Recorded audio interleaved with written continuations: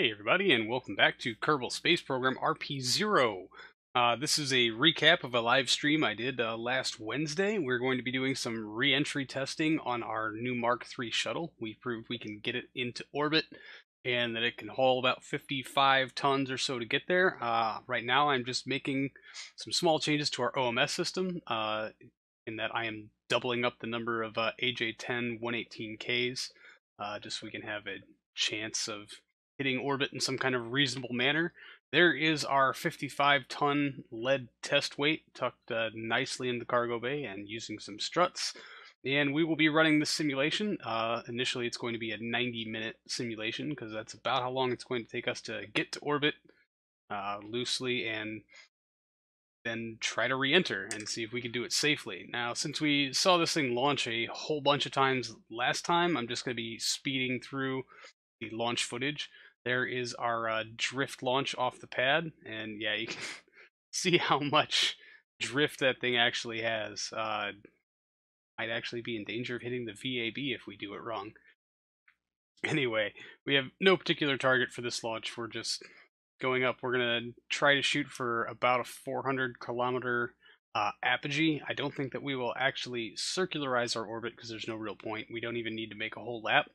We just need to bring our perigee up to something that would resemble a deorbit position from a 400-kilometer orbit. And that's where our space station is.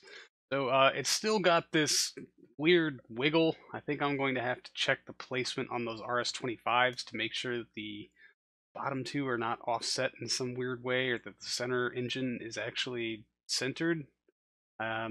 This much wiggling I've never really had on a shuttle before, but also never had one quite this big before. There's booster setup, they are off, so now it is time to go through and manually balance the fuel in our EFT. Little touches from the RCS trying to balance it out, but it looks like we're on a pretty good course for orbit. I am just trying to figure out the velocity vector through these engines. I neglected to place a probe core at the same angle as the engines to use as a reference point. That would probably help out a little bit in this case, but I don't know. Trying to just get a feel for the shuttle, I guess. Anyway, a little bit of nose down, trying to figure out at what point we're just aiming, or we're actually burning right through our prograde vector. As it's not going to be where we're pointing, turns out. That's the joy of offset engines and asymmetrical spacecraft. But really the only change that's significant that was made to the shuttle since the last time we went up was changing the EFT over to balloon tanks. That tonnage savings alone was enough to really make the difference between being nowhere near an orbit and being close enough to an orbit where the OMS AJ-10s could push us the rest of the way there, even with the 55-ton weight in the trunk. We would certainly have enough Delta V left over just on those to do a rendezvous and docking, I hope. Dink. There's the EFT bouncing off the belly. We're going to roll it around 180 degrees and get the top of the spacecraft pointed away from Earth just as it looks better. No other actual reason. This may actually be pushing our angle a little further down, but we got some time until apoapsis apogee, whichever. I have two of the OMS tanks locked for balance reasons. Really, after a deorbit burn is made, any fuel that's left in there would be pumped forward for aerodynamic stability later on. Still no sunlight, so we're just going to be, our run test is currently off of our fuel cells, and we're just going to bring our periapsis up to 30 something. Now 60 kilometers, sorry. And then start to balance out some fuel. I figured 60 kilometers is a good place to start. We want a nice, gentle re-entry. We are going to be coming in kind of heavy, considering we're not using the fuel to rendezvous or dock or anything else. So we actually will have an excess of fuel. But if we can come in heavy and survive, then if we come in light, we will absolutely survive. So now that we're coming up on actually time for the important stuff, I'm going to turn you back over to live me. As this is a live stream, the commentary is not my usual fare.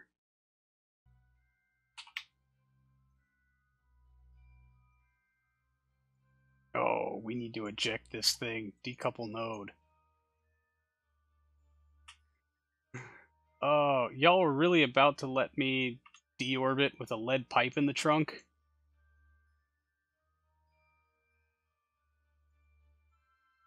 I have tried to make this CLS compliant. Nothing wants to be CLS compliant. I guess should probably fart around with it in the VAB and see what's good. But honestly, if I have to EVA people from this door to this door, then so be it. I see absolutely no reason why people who are boarding through this hatch couldn't just get straight into this crew carrier, considering there's nothing in between them this time. That's just me. We'll have to see how it goes. I guess getting connected living space to work is pretty far down the list of necessary things.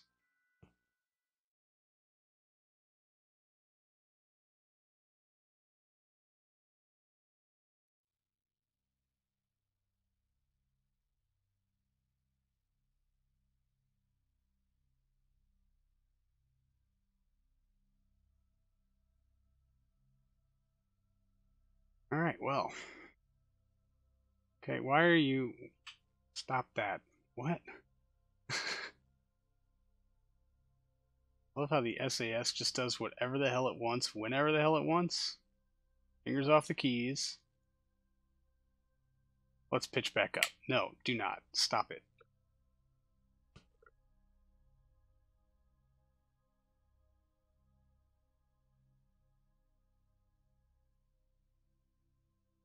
I guess we'll see after it passes all of its other exams.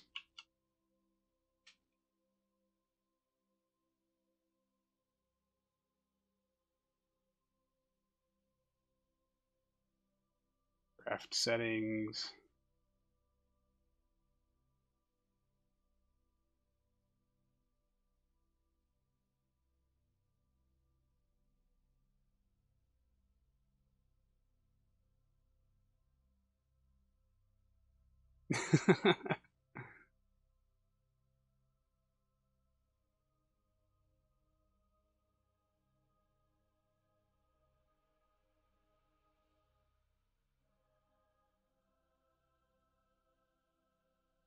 Max AOA. Let's take that up to 20, not 251. Good gosh, no.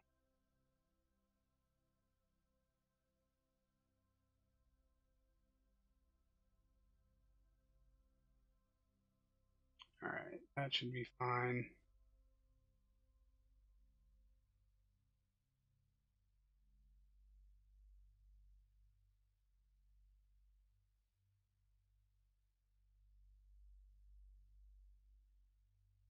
Turn on master switch. Does it hold this angle? So that's what I want it to do. Let's hold this angle. And yeah, we'll lock some gimbals so that their constant jittering doesn't irritate me. See? Like that. Alright, we have hit Atmo. There's our lead pipe. Oh man, we're up to 1.1 kilometers per second delta V with no cargo in the trunk.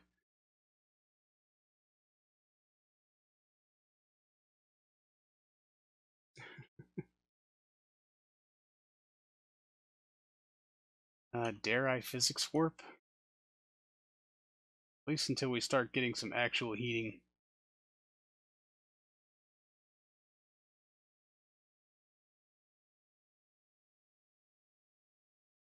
$30 left in our simulation until I have to buy more simulation.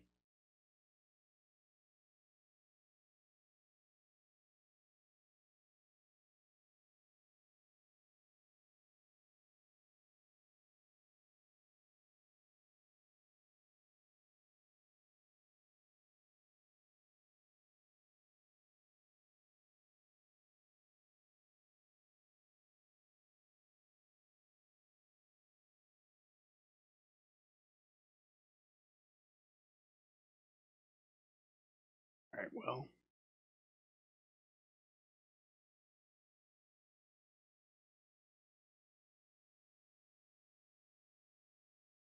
Oh god. Well, I don't see the lead pipe anymore, so hopefully it's clearing away.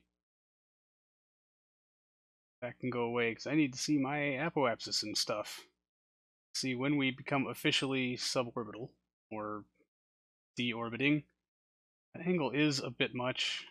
Well, let's bring this out of time warp. There, yes! No! No! No, not enough angle. Not enough angle.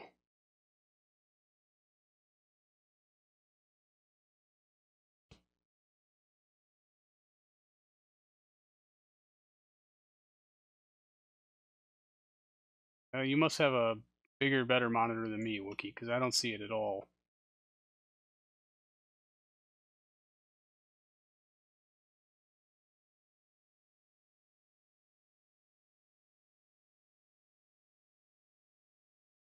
My thrusters are not even firing anymore. Atmospheric autopilot is screwing with me. I said I was going to do this by hand, and then I got terrified. Oh, you know what else I need to do is deactivate these engines. I actually have liquid hydrogen on board. For the fuel cells, I do not want to run that thing. There it was. I saw the explosion. We found it, Wookie. It poses no threat to us anymore.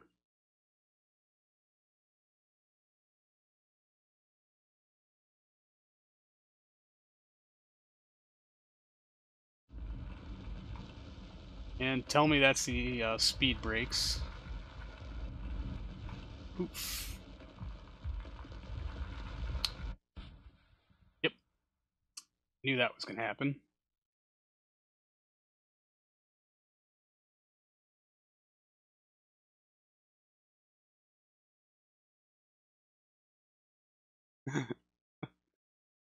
I'm being watched on a 65-inch 4K TV. Sorry I can't give you a 4K footage. Man, this thing would melt.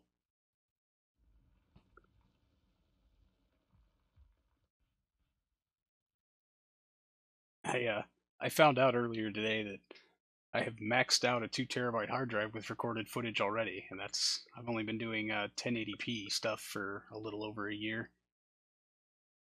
That's true. Overheat warnings on thrusters? Okay. Are we? Now, we're not quite climbing, but we're not descending very fast either. Our periapsis is negative, so we are certainly coming home.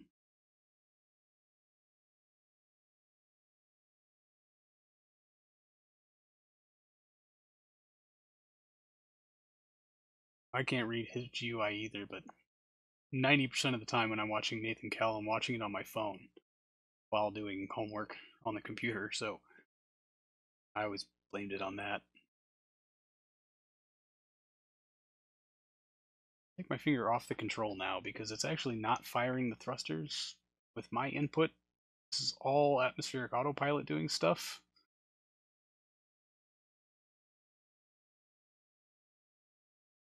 Where are we? Crossing Australia. Okay, well, we're not here to see if we can land, we're here to see if we can re-enter. Okay. Don't angle the nose down. Do not do that. I think that was our speed brake, because I didn't see an overheat warning pop up on anything important.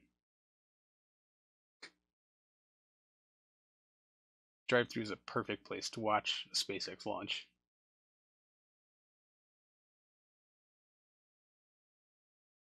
Alright.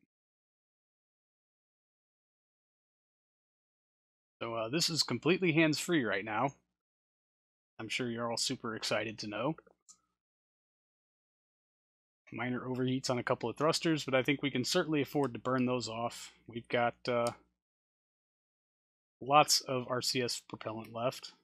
Actually, probably ditch some of that, but if we can come in this heavy safely, that I don't know, it says a lot about what we're capable of doing. We can always come in lighter with less fuel and enjoy more success. I think this is a notably gentle re-entry. You notice we haven't seen any heating effects yet because we set our periapsis at like 60 kilometers. So this should be just a very easy touch and go, lots of skip bouncing off the atmosphere based on our like 28 degree pitch angle, it looks like. I'm not being exact, but you know, I'm just going to let it do its thing. Seems to be pretty happy with me.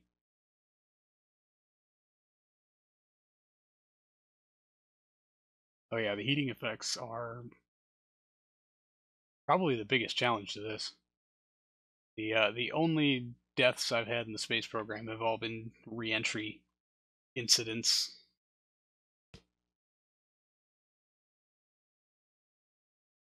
Oh, do I have... Yes, I do have brake control through the nose. Sorry, I just need to test that. It makes docking a lot easier when you can go backwards.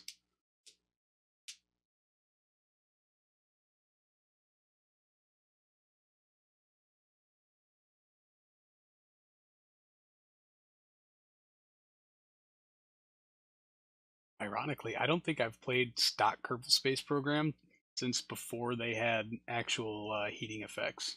Like, last time I played stock Kerbal Space Program, you could set your periapsis to like 5 kilometers coming back from Duna.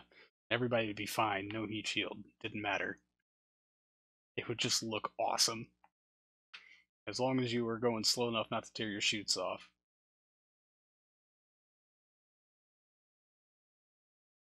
Now I take that back. I don't think they even had chute failures back then. It would just hurt lots of G loading. Alright, this is already so much better than last time. We haven't exploded yet. We're actually not a whole lot lighter than we were. I think we're actually heavier than we were last time we came in. We've just got, well, we had a positive periapsis when we started, which makes a huge difference in these things, apparently. Yeah, we're on our way back up again. Maybe we will make it stateside. Oh, it's going to be nighttime, though. Dang it. No. I highly doubt we'll make it stateside. If we're... we'd have to deflect a whole lot to hit Hawaii.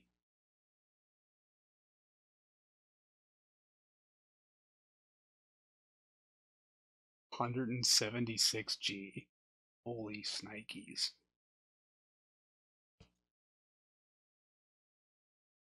Alright, well, do we want to take bets on whether or not we can glide all the way back here to the, It was... Yeah, there it is. This land, the flag we did placed on the last time I did the 24-hour extra live stream. We're kind of on course to head right in that general area if we can maintain a glide slope for that long. Do we want to take bets?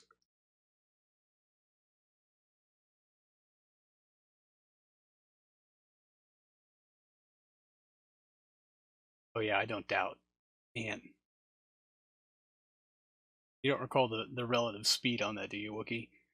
Like, how fast was he going when he hit atmospheric Kerbin? It had to be double-digit kilometers per second, at least.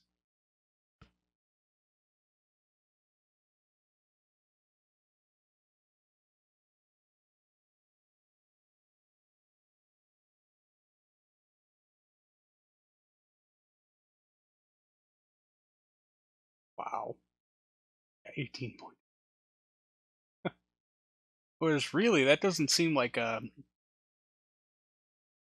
I think in Realism Overhaul, if you were to hit Earth's atmosphere with something small enough and light enough at 18.5 kilometers per second, there's a chance it would survive.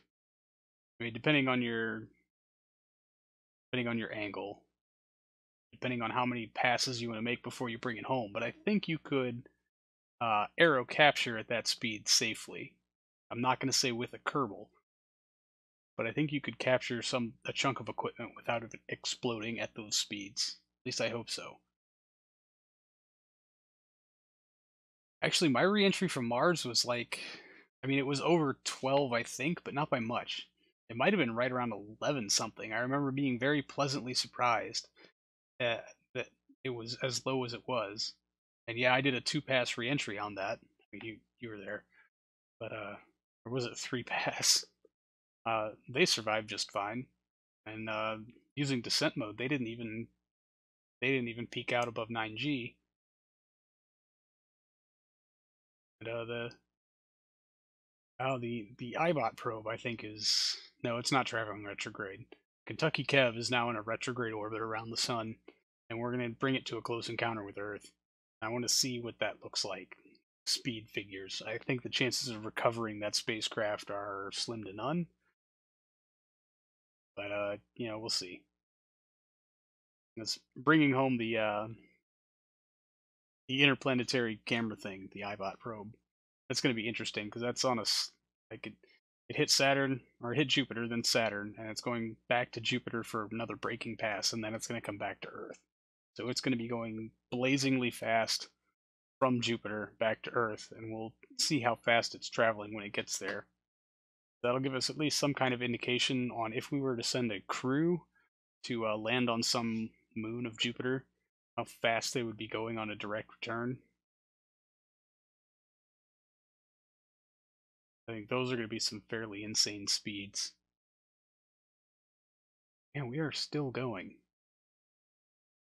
I haven't even been paying attention as far as like what our lowest altitude that we've hit yet is, but yeah, I'd say we're getting ready to cross into the 60-something kilometers. We haven't seen any heating effects. Oh, now we're starting to get some heat warnings on some thrusters. Not very big ones, but they're there. And we're actually getting ready to skip back up again. We've dropped down to 6.5 kilometers per second.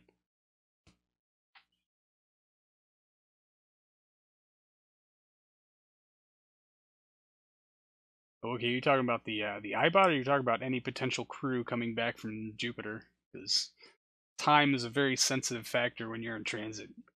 It's extraordinarily difficult to resupply something when it's moving interplanetary. Oh, here goes that other speed break, finally. Yeah, the other one should be disappearing soon.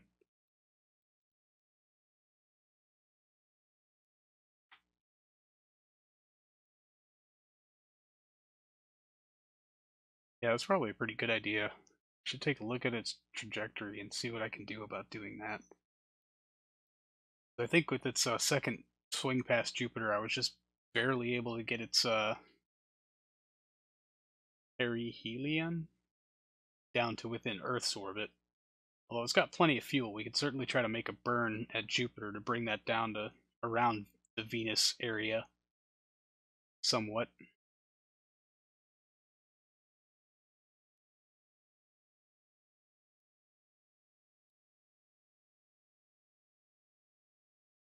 And we're on our way back up again. So where are we now? So no one wants to take a bet that we're going to finish crossing the other half of the Pacific Ocean to hit Mexico, land near this other flag.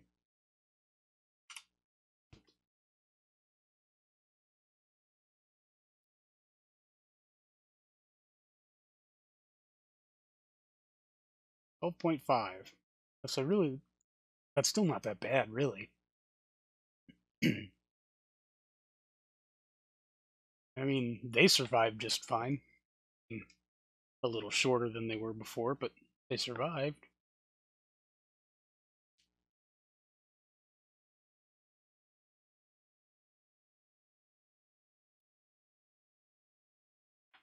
Okay, the real test. Can we do this in physics warp? Holy shnikes, we can. So far. Yeah, let's see what it looks like on the way down.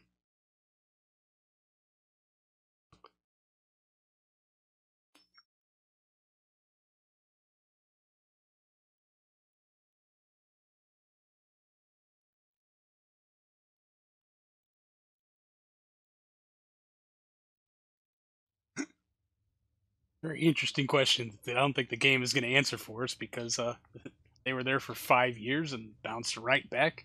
Boris is on the moon blowing stuff up, although maybe that's why he's so angry. 5 years on station with just 2 other Kerbals has made him a bit of a sociopath.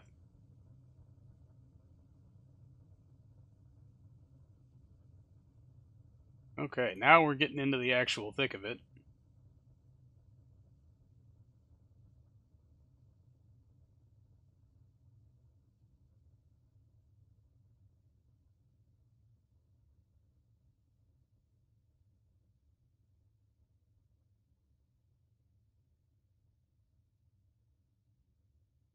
Well, that was super gentle.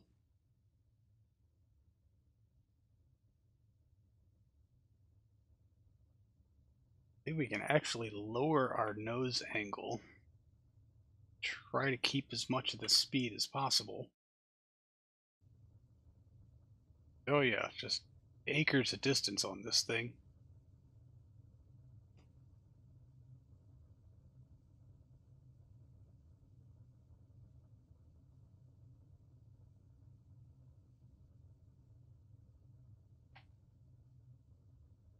Have a good night, German. Oh man, 4 hours of sleep, that's rough. Yeah, I don't blame you at all. Have a good night.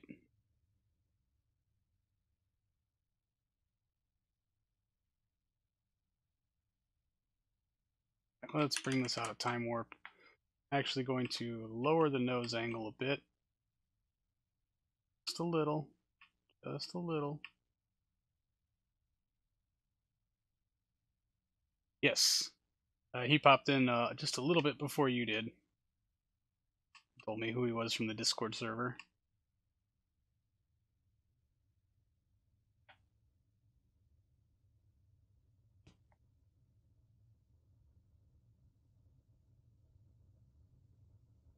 Oh, we launched at night. We're gonna ditch in the ocean at night.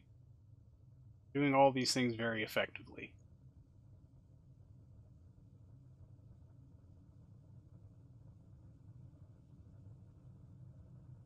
Making sure that no one can see anything that's going on. Where are we? Oh yeah, we're totally not gonna make it. No chance. Oh well.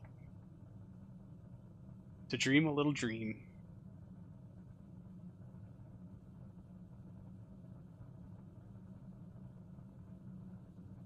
Deliciously stable, though. I don't have to keep babysitting it like I do the Shuriken. I'm a little sad, to be honest. I really... The Mark III stuff is just so much uglier than the Mark II stuff. I was kind of hoping it would just be a pain all the way around to use this platform, but it's working out entirely too well. This thing flies too good. Well, yeah, but that's with 0 cargo. Most of your OMS stuff is going to be with stuff in the trunk. So that's not a very reflective number of what we'll actually have.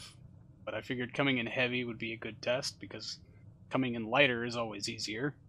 So if we can prove that this thing can come in pretty much fully fueled, then without a doubt it'll be able to come in mostly empty. I just wanted to get an unencumbered idea of how much runtime we really needed to dedicate to the thrusters to ensure a safe and stable reentry.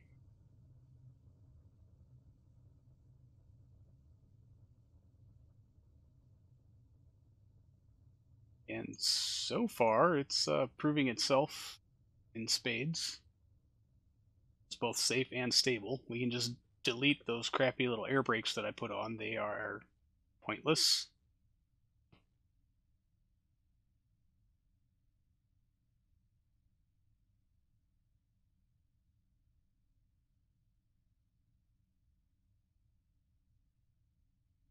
It would be a good test, and I think what I'm going to need to do is put another docking port the front of the cargo bay, because if we were to return with some weight, I would like it further forward. We got plenty of room to put one there, so that's not the problem. It's just more building, and if the platform doesn't work out and I have to start from scratch again, then I'd rather... Anyway, I built this pretty bare bones, just like, alright, fine, let's see what works. And this works, so yes, now we can definitely improve on it. I need to actually write down OMS realignment, because as you can see, I doubled up the OMS engines and threw off their firing through the center of mass.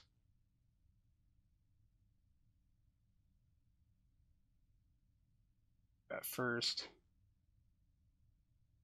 forward docking port for cargo, and yeah, if we can bring stuff back, that'd be neat.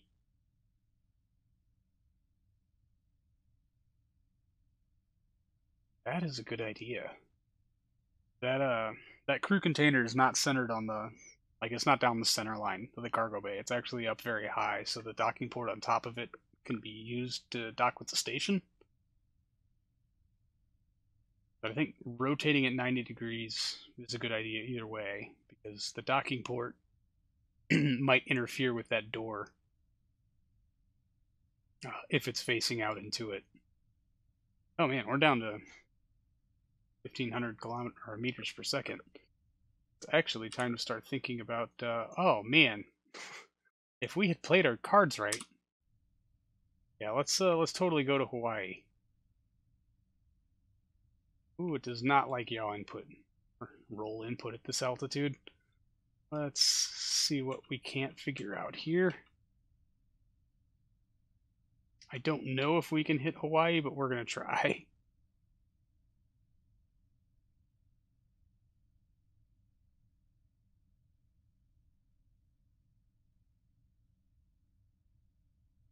I think that was Sally, actually, the research scientist who's now on the moon station, was the one who got stuck in the airlock the whole time.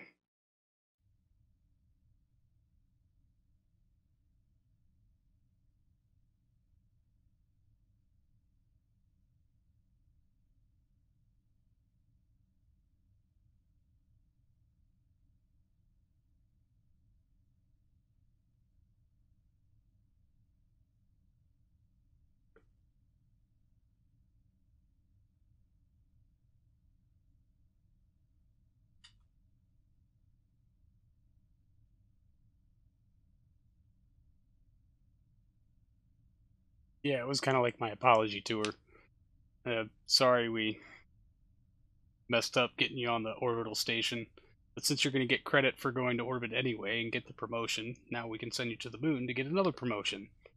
Hopefully.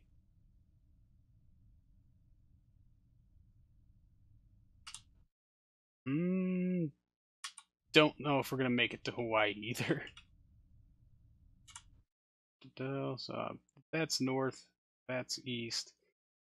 Oh no, 28,000. I really wish that when you went to purchase additional time on your simulation, it would let you enter the time. I certainly don't need another 90 minutes, but I definitely want to see what our cross range is on this. So that's north, that's east, that's 45, so yeah, a little above 45. We might be able to come in on that research station if we play everything absolutely right. We'll just hold this heading here.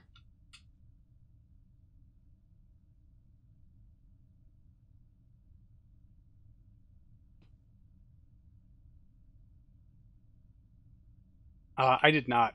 It's just gone. I hate to say, like, it's just not in orbit. Yeah, I think it did in fact pull a Harmonia and delete itself, which makes me super angry.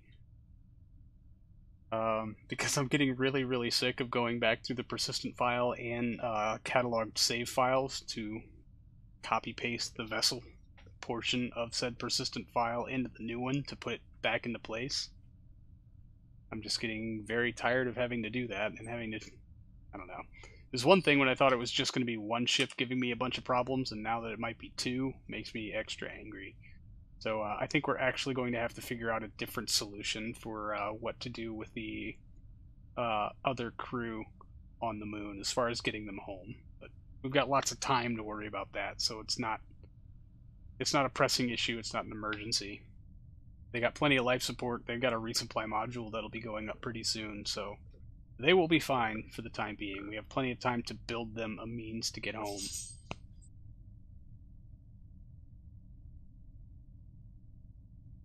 Alright, Wookie, maybe you can tell me, because I can't quite tell on my screen, but it looks like this is a landmass up here.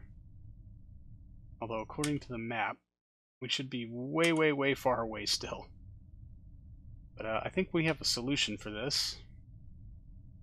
In time warp, nope. Oh, come on. Very unstable. I don't think we're going to be able to get this stable either.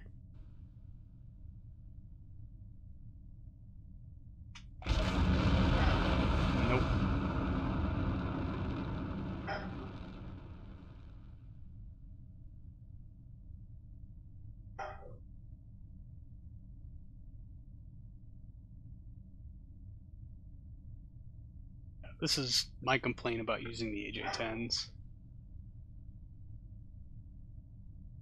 Yeah, it could very well be clouds that shouldn't be lit up. Very difficult to tell.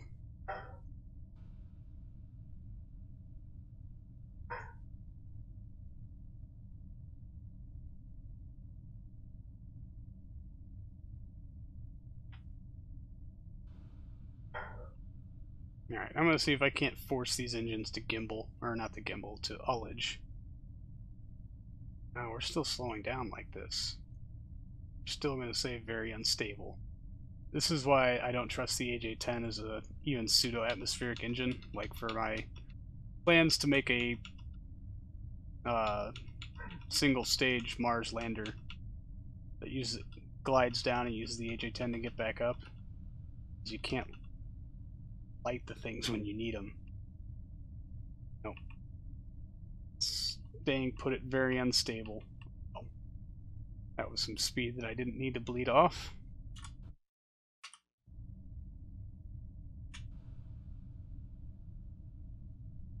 Oh well.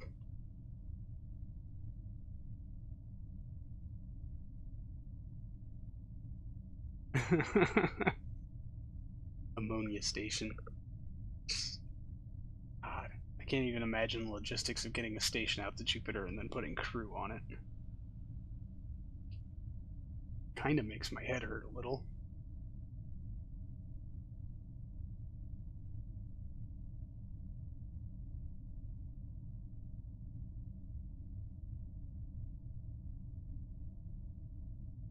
Nope.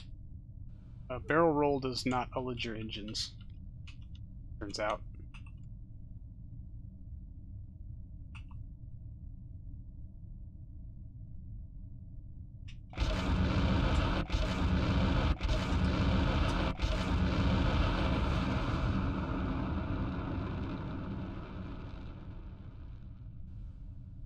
Dang it.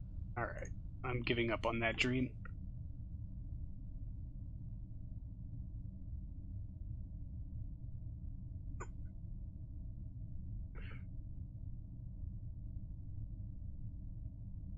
You got strange hobbies, Wookie.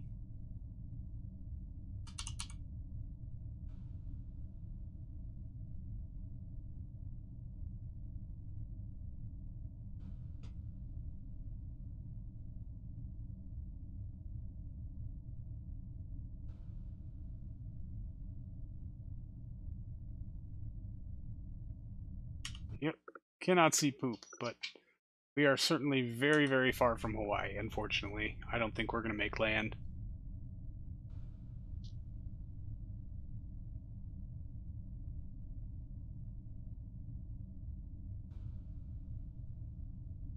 Oh, if I could fire these stupid AJ-10s, maybe.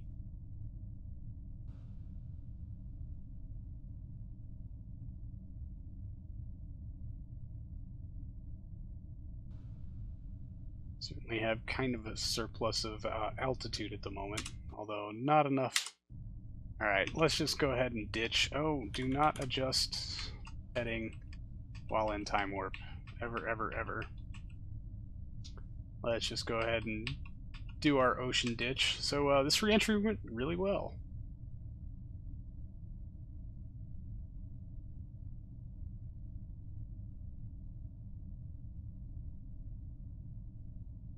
Yeah, might as well. We'll give it a try. Alright. 6 kilometer.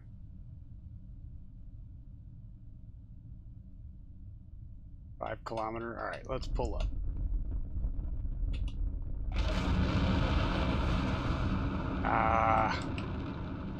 There was a small point there where... Oh, look, there we go! Lit!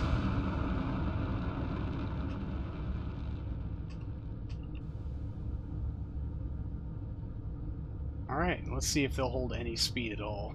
Hey, we are accelerating! And climbing! Haha!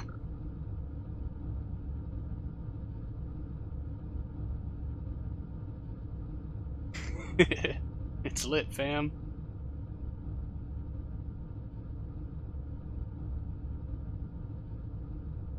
We're just gonna go ahead and run these all the way through. because why not? I have no reason not to burn the engines entirely. But I think this is about the most pitch up we can have with these engines on. And not only keep them running, but not stall. I don't know. We're not moving very fast.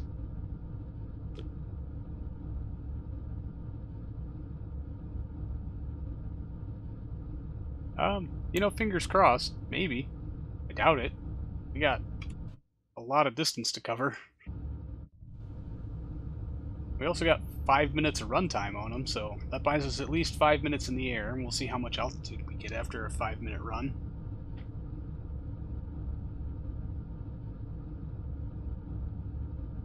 Actually, hold the stick. I gotta jump up for just a second. I will be right back.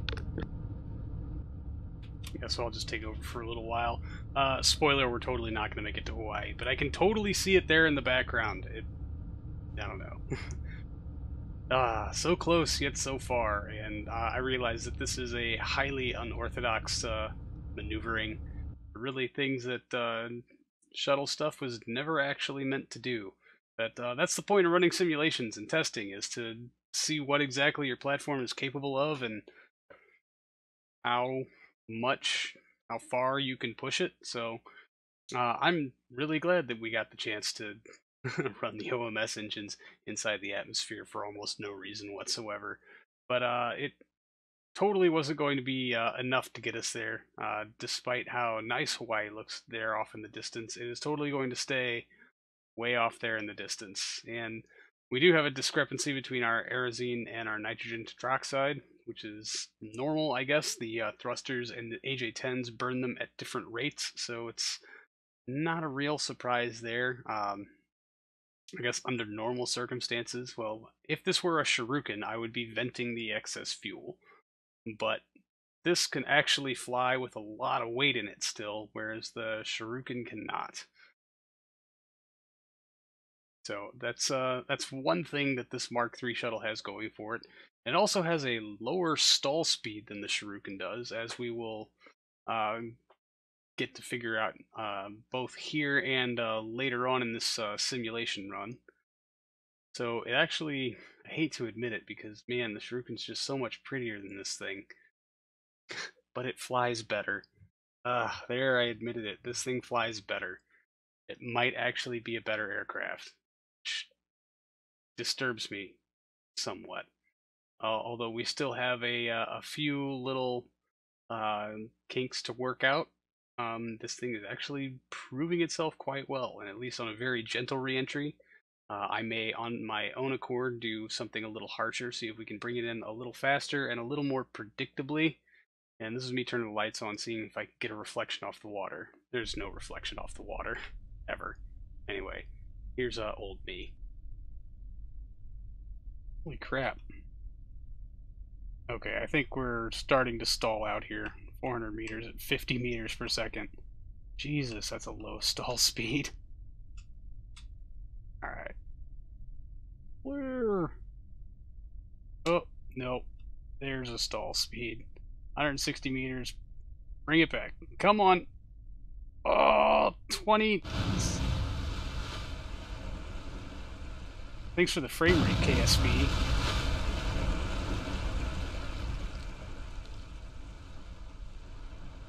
This is interesting. Just trying to figure out what exactly to do with this, I guess. What should I break? KSP can't decide. Or the game crashed. Ooh. That was a noise. Yeah, well, there's a landing gear, so I'm assuming we broke the wings. Yeah, there we go. Splashing again. Oh!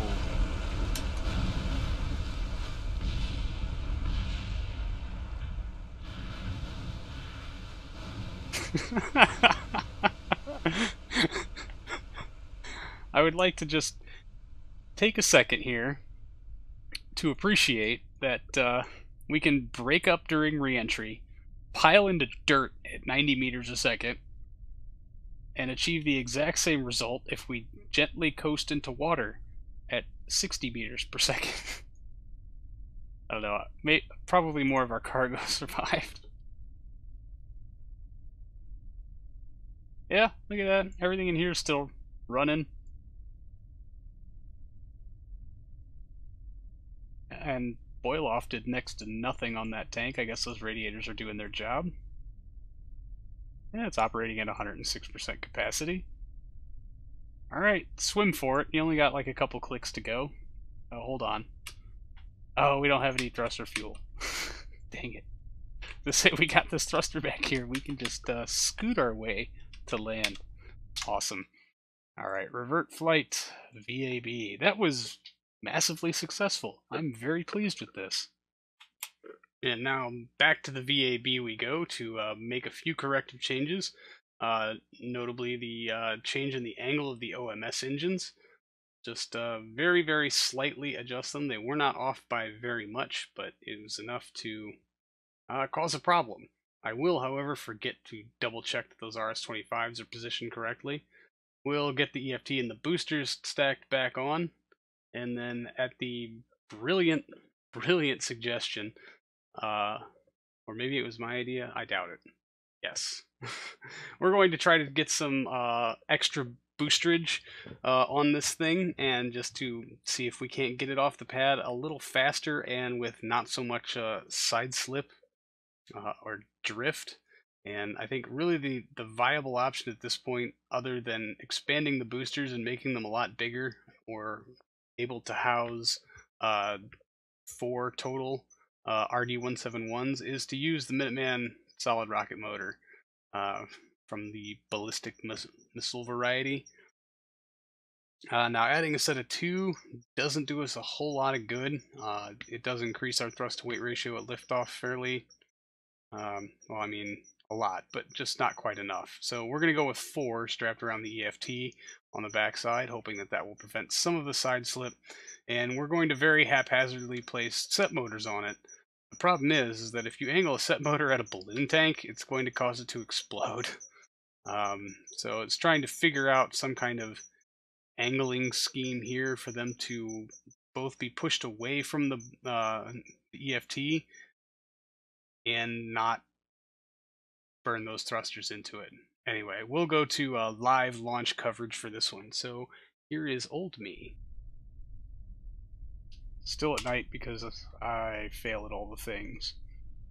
Alright, SAS, throttle, main engine ignition. Alright, clamps and boosters. Not nearly as much side slip there.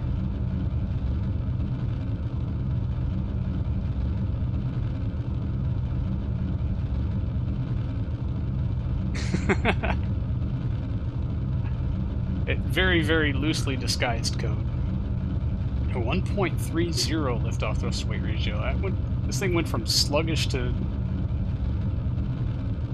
quick. I don't know.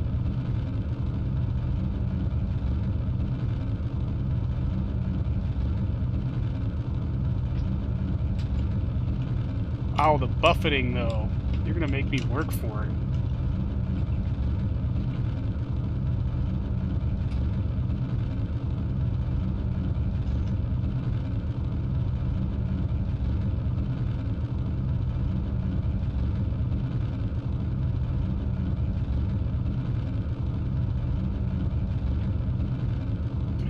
Through the inky black clouds.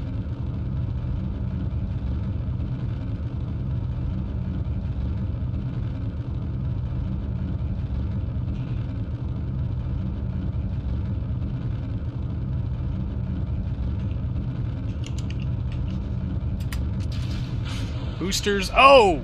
Yeah, there it was.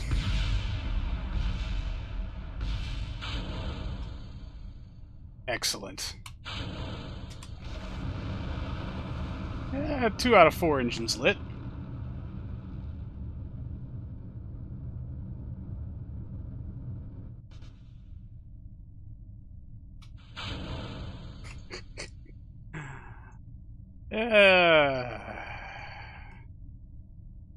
Yeah, so some work on that Sepratron system. There's our runway. I can't see anything.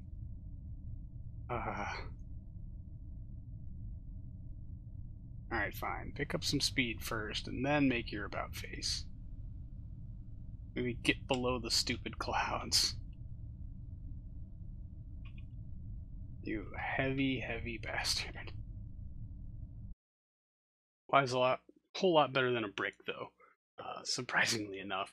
But we'll just do a very steady turnaround and get our nose dipped below the clouds so we can see the Space Center there.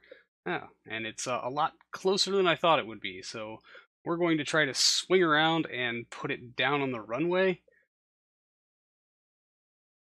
We'll see how well that works out. It looks like we have a lot of speed to bleed off, but this thing actually does perform a little better than the Shuriken. Other than the speed bleeding department. But here's old me for live coverage of such.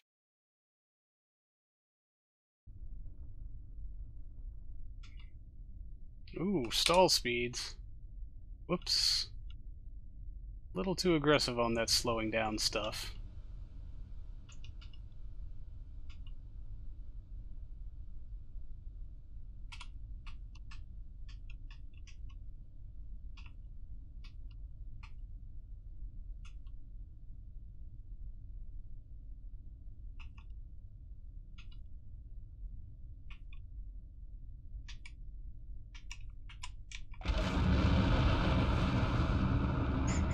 This'll work.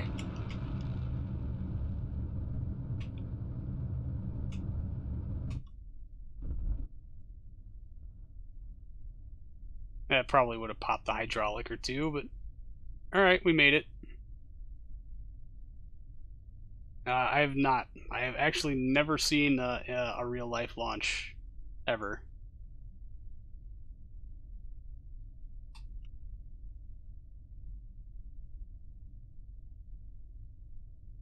That front wheel not steer? It does not. Oops. That's good to know.